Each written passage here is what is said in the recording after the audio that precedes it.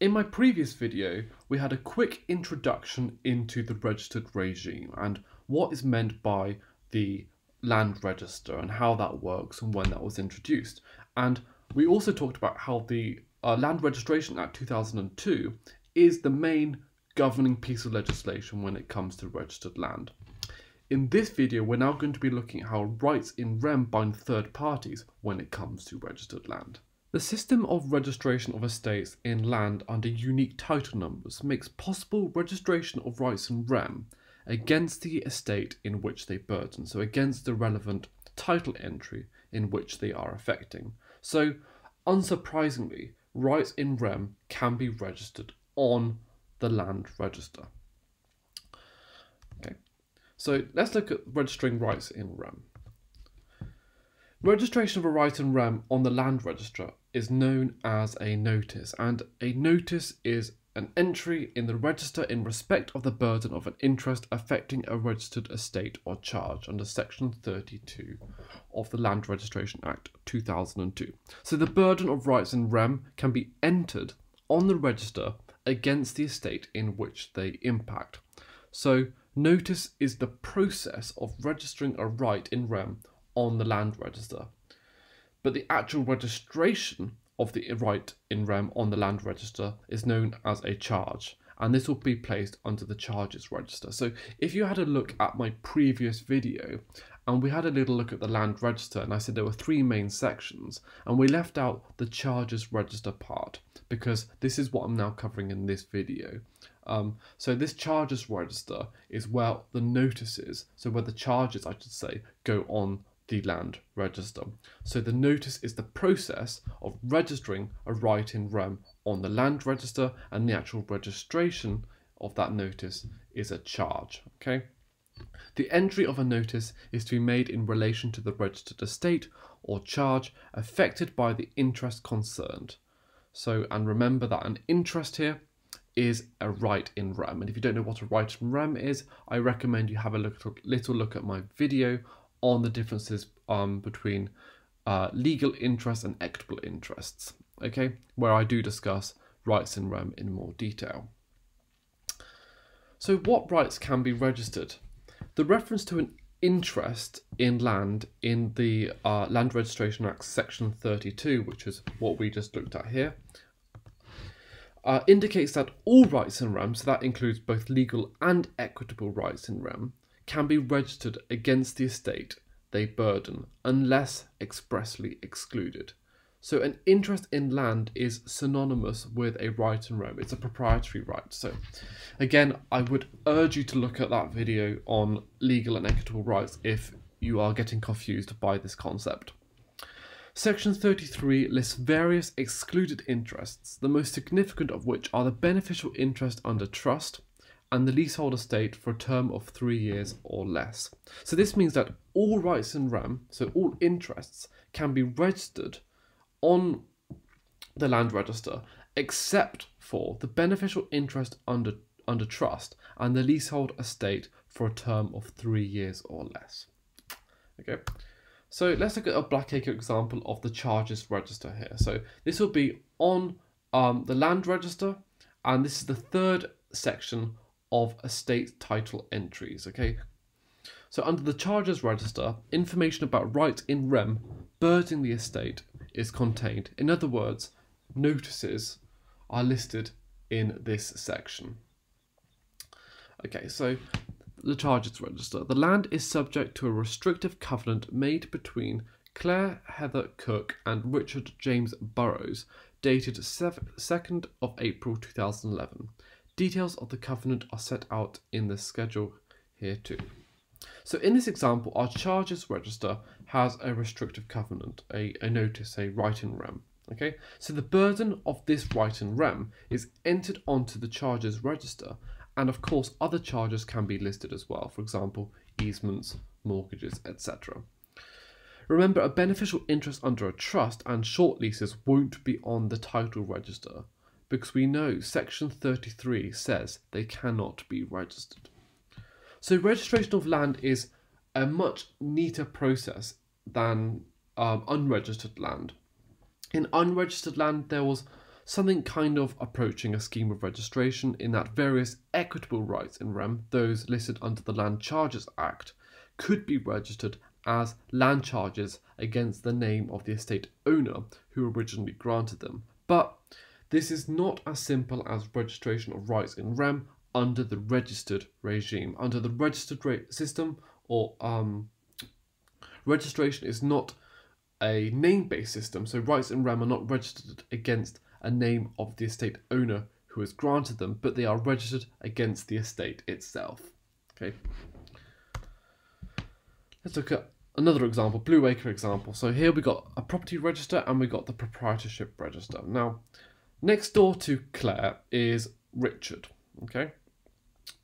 And he lives on a place called Blackacre, and he owns the freehold of estate of Blackacre as seen under the proprietorship register here.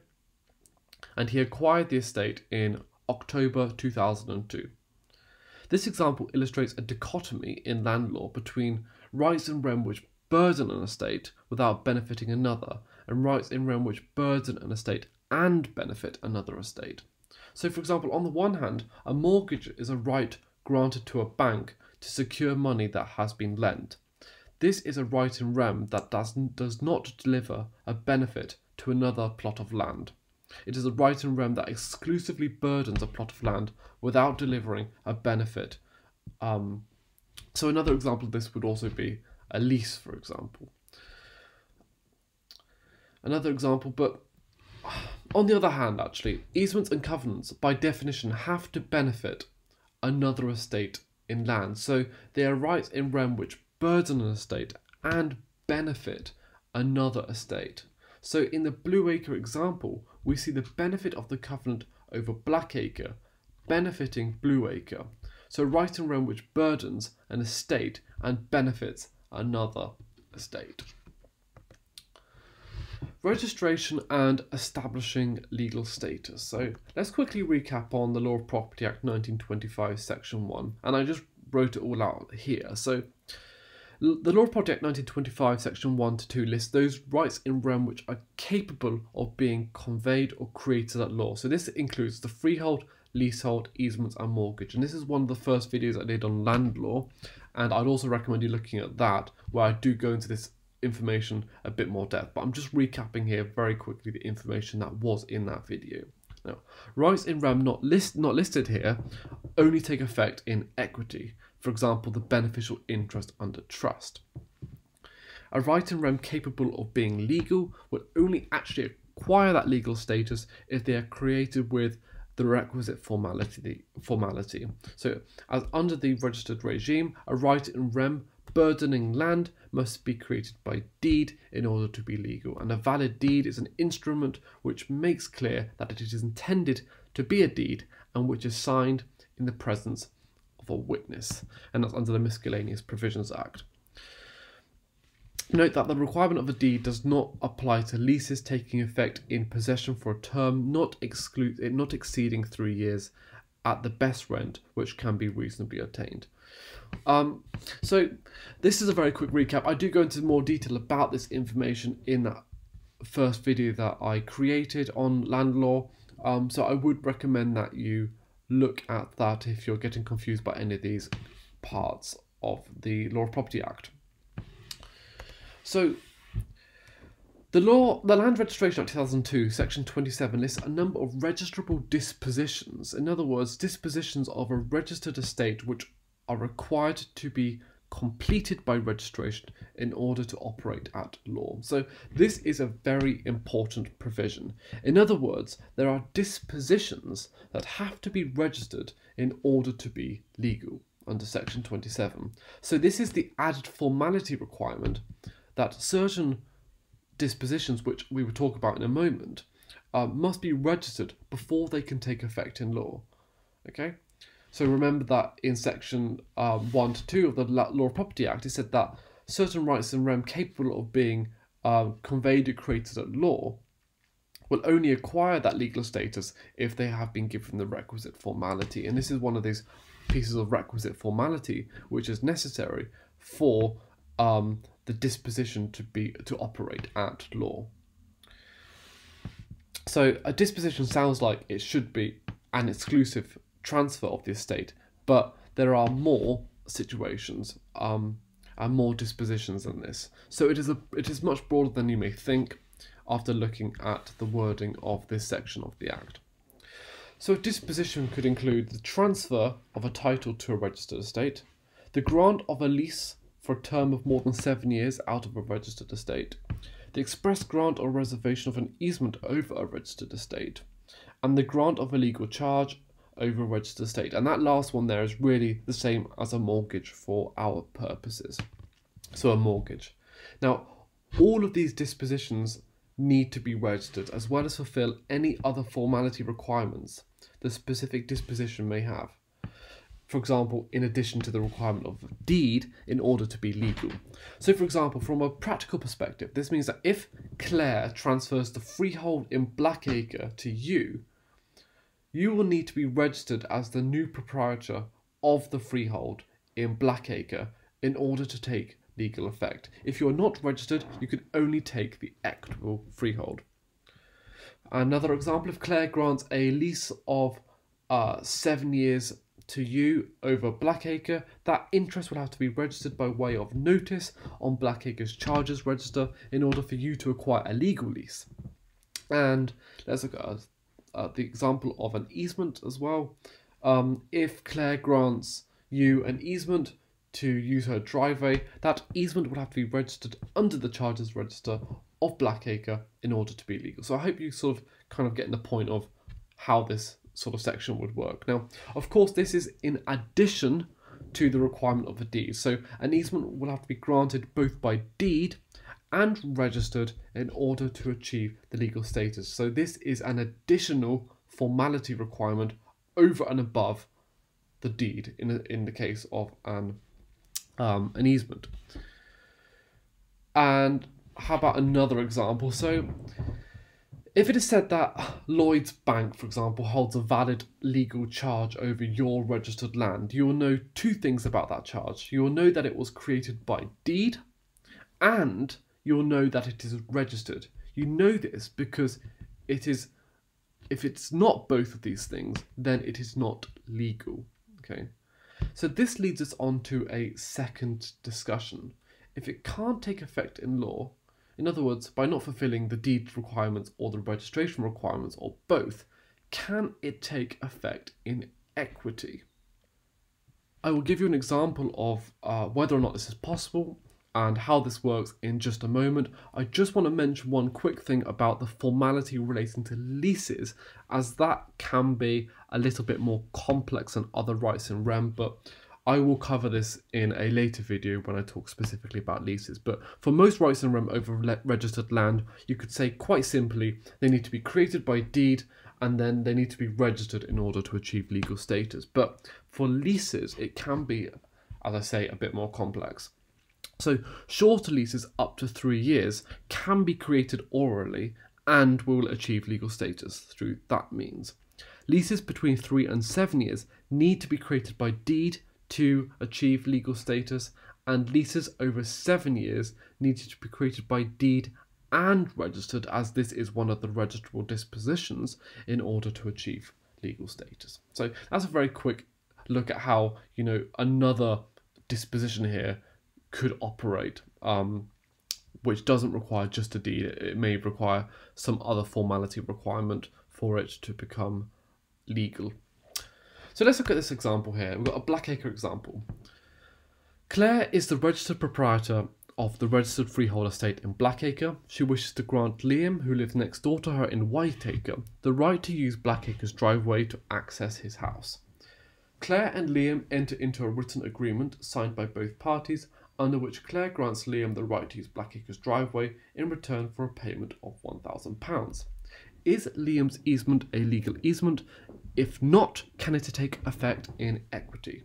Now, for the purposes of this question, you can assume that the right Claire grants Liam satisfies the law's content requirements for an easement.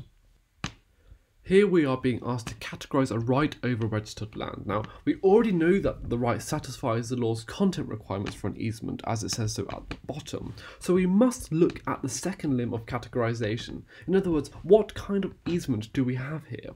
We know an easement, which is a potentially legal right in rem. To achieve legal status, it must be created by deed and it must be registered. And we know this because Section 27 tells us the express grant of an easement over a registered estate in land is a registrable disposition. In other words, one that needs to be completed by registration in order to take effect in law. So we are looking for a deed and registration. Some of you may think this is an extremely easy question, as there's no registration here, so quite obviously this easement is not a legal easement. It has not been registered as a burden against the freehold in Blackacre, and has not been registered under the charges register of Blackacre. Also, there is no deed, so there are two reasons why this is not a legal easement. So that looks very clear and very obvious. Now, if a potentially legal right in rem cannot achieve legal status because of a lack of compliance with the formalities, you need to ask a second question, which may make this scenario a little bit more complex, to see whether or not it can take effect in equity. So there will be an equitable effect in two situations. The first is where there is a pre-conferment contract, in other words, a contract to confer, a contract where Claire promises to grant Liam an easement at some point in the future, and an agreement to confer a legal right is known as an estate contract. So this must comply with the Miscellaneous Provisions Act Section 2, which tells us that in order to be a valid contract for an interest in land it tells us that in order to be a valid contract for an interest in land, it must be written and signed by both parties. And equity will therefore look as done as ought to be done. And we discussed these ideas when I was looking at equitable and legal interests in land in one of my previous videos. The second situation is where there is no pre-conferment contract. Instead, there's just a failed conferral of the legal right. And this is what we have here in our example, a failed conferral. There is no contract saying, I will in the future grant you a right to use my driveway, and thus there's nothing to which the equitable maxim looks as done as ought to be done can actually bite. Now, cases like Parker and Taswell or Walsh and Lonsdale will construe the failed conferral as a contract to confer in the future, and they will be able to do this if there's compliance with the formality requirements as set out in Section 2 of the Miscellaneous Provisions Act 1989. If they are complied with the law will interpret the failed conferral as a contract to confer, and at this point you will flip back to the reasoning used for the pre-conferment contract. That is, equity looks as done as ought to be done, and you will get an equitable easement. So our task is to see whether the law can construe this failed conferral of a legal easement as a contract to confer the easement some point in the future. They will be able to do this if there is compliance with Section 2 of the Miscellaneous Provisions Act. In other words, it is written and signed by both parties, and we are told that it does comply with these formalities. Okay, so yes, this can take effect in equity.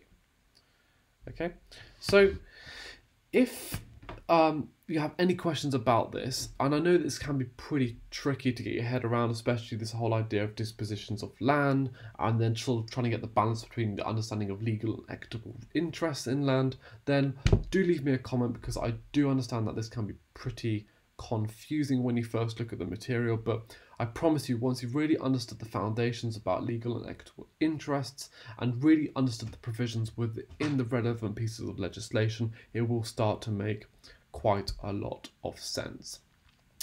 Other than that, make sure you subscribe to my YouTube channel, because I'm going to have YouTube videos almost every day about different areas of the law, so make sure you stay tuned to that and leave it a thumbs up. Thank you very much.